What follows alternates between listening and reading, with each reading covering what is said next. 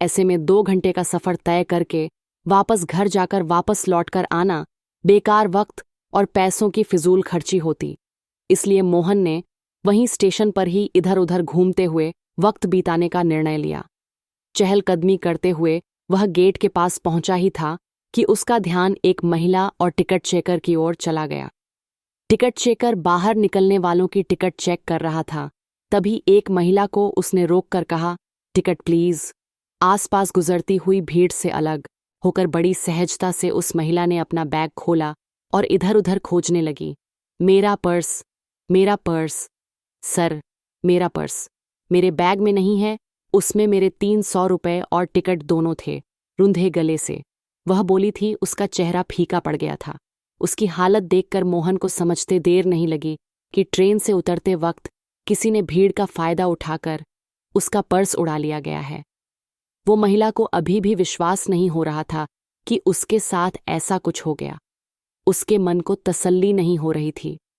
उसकी उंगलियां बैग का कोना कोना तलाश रही थी। चेकर पर दृष्टि उठी तो पाया एक अर्थपूर्ण मुस्कुराहट वहां डटी हुई थी। चेकर अगर किसी को बिना टिकट पकड़ ले तो आसपास भी लोग एकत्र होने लगते हैं, क्योंकि ऐसे में मुफ्त का तमाशा देखने को जो मिलता है ऐसा अक्सर बस स्टैंड पर भी होता है, जब टिकट चेकर बस से उतरती सवारियों से टिकट मांगते हैं और उनके पास टिकट नहीं होता तो लोग अपने गंतव्य की बसों से ध्यान हटाकर उस घटना को देखने लगते हैं कि अब क्या होगा। खैर, उस महिला ने टिकट चेकर से कहा, भाई साहब, लगता है किसी ने ट्रेन में या ट्रेन से उतरते हुए मेरा पर्स उड़ा लिया है। बिना टिकट सफ़र करने वाले अक्सर यही बातें दोहराते हैं। मैं इस झांसों में नहीं आने का सीधे सीधे टिकट निकाले। क्या मैं ऐसी लगती हूँ? देखिए भैया, मैं आपसे कह रही हूँ। देखिए मैडम, मुझे टिकट से मतलब है, नहीं लिया है तो कोई बात नहीं, जुर्माना भर दीजिए। आप समझ क्यों नहीं रहे? जब मेरा पर्स ही कट गया है तो जुर्माना कहाँ से भरूंगी? आप विश्वास कीजिए, मैं सच कह रही हूँ। आप मेरा पता नोट कर लीजिए। आप चाहें तो मेरा मोबाइल फ़ोन रख लीजिए, मैं पैसे लौटाकर इसे वापस ले जाऊंगी। छोटा सा कीपैड वाला मोबाइल जो कि उसने हाथ में पकड़ा हुआ था टिकट चेकर की, और बढ़ाते हुए कहा, देखिए मैडम, मैं आप जैसी लड़कियों के चौंचलों से मैं खूब वाकिफ हूँ। 400 रुपए की साड़ी लपेटे, मांग भरे लोगों की जेबें काटती फिरती हैं। हो सकता है ये मोबाइल फ़ोन भी चोरी का हो।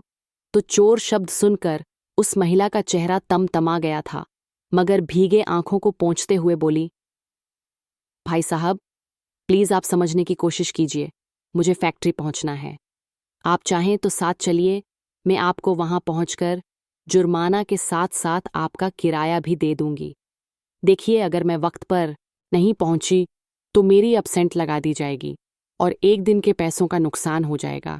ये पैसे मेरे घर खर्च, मेरे बच्चों के लिए बहुत मायने रखते हैं।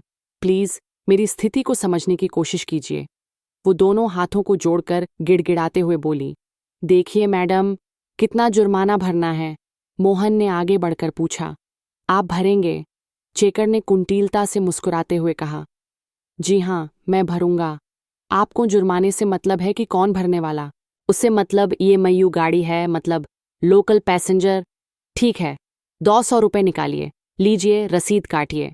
मोहन ने पैसे टिकट चेकर की और बढ़ाते हुए कहा, और जुर्माने के पैसे भरकर उसने रसीद उस महिला की ओर करते हुए कहा, लीजिए बहन जी, ये 5 अंगुलियों को एक बराबर समझते हैं।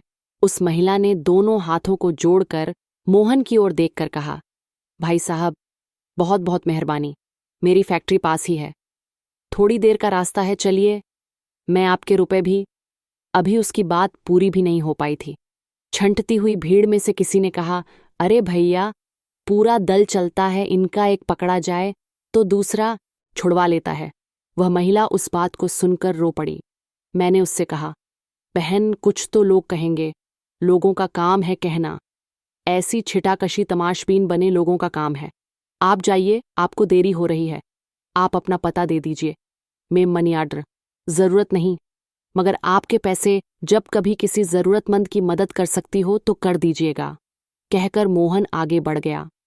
वहीं वो महिला अब भी भीगी हुई पलकों को साफ करते हुए उसे दुआएं दे रही थी।